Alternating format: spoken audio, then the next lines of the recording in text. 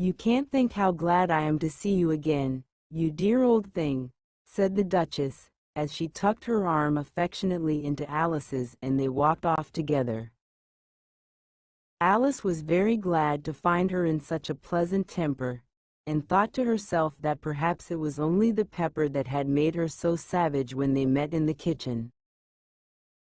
"When I'm a Duchess," she said to herself, not in a very hopeful tone though, "I won't have any pepper in my kitchen at all. Soup is very well without, maybe it's always pepper that makes people hot-tempered," she went on, very much pleased at having found out a new kind of rule, "and vinegar that makes them sour, and chamomile that makes them bitter, and barley sugar and such things that make children sweet-tempered. I only wish people knew that, then they wouldn't be so stingy about it, you know." She had quite forgotten the Duchess by this time, and was a little startled when she heard her voice close to her ear. "You're thinking about something, my dear, and that makes you forget to talk. I can't tell you just now what the moral of that is, but I shall remember it in a bit." "Perhaps it hasn't one," Alice ventured to remark. "Tut, tut, child," said the Duchess. "Everything's got a moral, if only you can find it," and she squeezed herself up closer to Alice's side as she spoke. Alice did not much like keeping so close to her. First, because the Duchess was very ugly, and secondly, because she was exactly the right height to rest her chin upon Alice's shoulder, and it was an uncomfortably sharp chin. However, she did not like to be rude, so she bore it as well as she could. "The game's going on rather better now," she said, by way of keeping up the conversation a little. "'Tis so," said the Duchess, "and the moral of that is, oh, 'tis love, that makes the world go round." Somebody said, Alice whispered, "that it's done by everybody minding their own business." "Ah, well, it means much the same thing," said the Duchess, digging her sharp little chin into Alice's shoulder as she added, "and the moral of that is, take care of the sense, and the sounds will take care of themselves." How fond she is of finding morals in things, Alice thought to herself. "I dare say you're wondering why I don't put my arm round your waist," the Duchess said after a pause. "The reason is, that I'm doubtful about the temper of your flamingo. Shall I try the experiment?" "He might bite," Alice cautiously replied, not feeling at all anxious to have the experiment tried. "Very true," said the Duchess, "flamingos and mustard both height. And the moral of that is, birds of a feather flock together." "Only mustard isn't a bird," Alice remarked. "Right, as usual," said the Duchess. "What a clear way you have of putting things." "It's a mineral, I think," said Alice. "Of course it is," said the Duchess, who seemed ready to agree to everything that Alice said. "There's a large mustard mine near here. And the moral of that is, the more there is of mine, the less there is of yours." "Oh, I know," exclaimed Alice, who had not attended to this last remark. "It's a vegetable. It doesn't look like one, but it is." "I quite agree with you," said the Duchess, "and the moral of that is, be what you would seem to be, or if you'd like it put more simply, never imagine yourself not to be otherwise than what it might appear to others that what you were or might have been was not otherwise than what you had been would have appeared to them to be otherwise." "I think I should understand that better," Alice said very politely, "if I had it written down, but I can't quite follow it as you say it." "That's nothing to what I could say if one chose," the Duchess replied, in a pleased tone.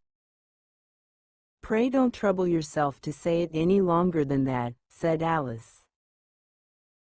"Oh, don't talk about trouble," said the Duchess. "I make you a present of everything I've said as yet." "A cheap sort of present," thought Alice. "I'm glad they don't give birthday presents like that," but she did not venture to say it out loud. thinking again?" the Duchess asked, with another dig of her sharp little chin. "I've a right to think," said Alice sharply, for she was beginning to feel a little worried. "Just about as much right," said the Duchess, "as pigs have to fly, and the M." But here, to Alice's great surprise, the Duchess's voice died away, even in the middle of her favorite word, moral, and the arm that was linked into hers began to tremble. Alice looked up, and there stood the Queen in front of them, with her arms folded, frowning like a thunderstorm. "A fine day, Your Majesty," the Duchess began in a low, weak voice. "Now, I give you fair warning," shouted the Queen, stamping on the ground as she spoke, "either you or your head must be off, and that in about half no time. Take your choice." The Duchess took her choice, and was gone in a moment. "Let's go on with the game," the Queen said to Alice, and Alice was too much frightened to say a word, but slowly followed her back to the croquet ground. The other guests had taken advantage of the Queen's absence, and were resting in the shade. However, the moment they saw her, they hurried back to the game, the Queen merely remarking that a moment's delay would cost them their lives. All the time they were playing, the Queen never left off quarreling with the other players and shouting, "Off with his head," or "Off with her head." Those whom she sentenced were taken into custody by the soldiers, who of course had to leave off being arches to do this, so that by the end of half an hour or so there were no arches left, and all the players, except the King, the Queen, and Alice, were in custody and under sentence of execution. Then the Queen left off, quite out of breath, and said to Alice, "Have you seen the Mock Turtle yet?" "No," said Alice, "I don't even know what a mock turtle is." "It's the thing mock turtle soup is made from," said the Queen. "I never saw one, or heard of one," said Alice. "Come on, then," said the Queen, "and he shall tell you his history." As they walked off together, Alice heard the King say in a low voice, to the company generally, "You are all pardoned." "Come, that's a good thing," she said to herself, for she had felt quite unhappy at the number of executions the Queen had ordered. They very soon came upon a griffin, lying fast asleep in the sun. If you don't know what a griffin is, look at the picture. "Up, lazy thing," said the Queen, "and take this young lady to see the Mock Turtle, and to hear his history. I must go back and see after some executions I have ordered," and she walked off, leaving Alice alone with the griffin. Alice did not quite like the look of the creature, but on the whole she thought it would be quite as safe to stay with it as to go after that savage Queen, so she waited. The griffin sat up and rubbed its eyes, then it watched the Queen till she was out of sight, then it chuckled. "What fun!" said the griffin, half to itself, half to Alice. "What is the fun?" said Alice. "Why, said the griffin. "It's all her fancy, that they never executes nobody, you know. Come on." Everybody says, "Come on." Here, thought Alice, as she went slowly after it, I never was so ordered about in all my life, never. They had not gone far before they saw the Mock Turtle in the distance, sitting sad and lonely on a little ledge of rock, and, as they came nearer, Alice could hear him sighing as if his heart would break. She pitied him deeply. "What is his sorrow?" she asked the griffin, and the griffin answered, "Very." Nearly in the same words as before, "It's all his fancy, that he hasn't got no sorrow, you know. Come on." So they went up to the Mock Turtle, who looked at them with large eyes full of tears but said nothing. "This here young lady," said the griffin, "she wants for to know your history, she do." "I'll tell it her," said the Mock Turtle in a deep, hollow tone. "Sit down, both of you, and don't speak a word till I've finished." So they sat down, and nobody spoke for some minutes. Alice thought to herself, "I don't see how he can ever finish if he doesn't begin." But she waited patiently. "Once," said the Mock Turtle at last, with a deep sigh, "I was a real turtle." These words were followed by a very long silence, broken only by an occasional exclamation of "Jecker" from the Griffin and the constant heavy sobbing of the Mock Turtle.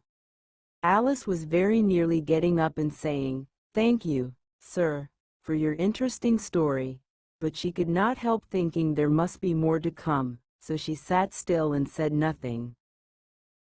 "When we were little," the Mock Turtle went on at last, more calmly, though still sobbing a little now and then, "we went to school in the sea. The master was an old turtle. We used to call him Tortoise." "Why did you call him Tortoise, if he wasn't one?" Alice asked. "We called him Tortoise because he taught us," said the Mock Turtle angrily. "Really, you are very dull. You ought to be ashamed of yourself for asking such a simple question," added the Griffin, and then they both sat silent and looked at poor Alice, who felt ready to sink into the earth. At last the Griffin said to the Mock Turtle, "Drive on, old fellow. Don't be all day about it." And he went on in these words. "Yes, we went to school in the sea, though you mayn't believe it." "I never said I didn't," interrupted Alice. "You did," said the Mock Turtle. "Hold your tongue," added the Griffin, before Alice could speak again. The Mock Turtle went on. "We had the best of educations. In fact, we went to school every day." "I've been to a day school, too," said Alice. "You needn't be so proud as all that." "With extras?" asked the Mock Turtle a little anxiously. "Yes," said Alice, "we learned French and music." "And washing?" said the Mock Turtle. "Certainly not," said Alice indignantly. "Oh, then yours wasn't a really good school," said the Mock Turtle in a tone of great relief. Now at ours they had at the end of the bill, French, music, and washing, extra. "You couldn't have wanted it much," said Alice, "living at the bottom of the sea." "I couldn't afford to learn it," said the Mock Turtle with a sigh. "I only took the regular course." "What was that?" inquired Alice. "Reeling and writhing, of course, to begin with," the Mock Turtle replied, "and then the different branches of arithmetic, ambition, distraction, uglification, and derision." "I never heard of uglification," Alice ventured to say. "What is it?" The Griffin lifted up both its paws in surprise. "What, never heard of uglifying?" it exclaimed. "You know what to beautify is, I suppose?" "Yes," said Alice doubtfully, "it means to make anything prettier." "Well, then," the Griffin went on, "if you don't know what to uglify is, you are a simpleton." Alice did not feel encouraged to ask any more questions about it, so she turned to the Mock Turtle, and said, "What else had you to learn?"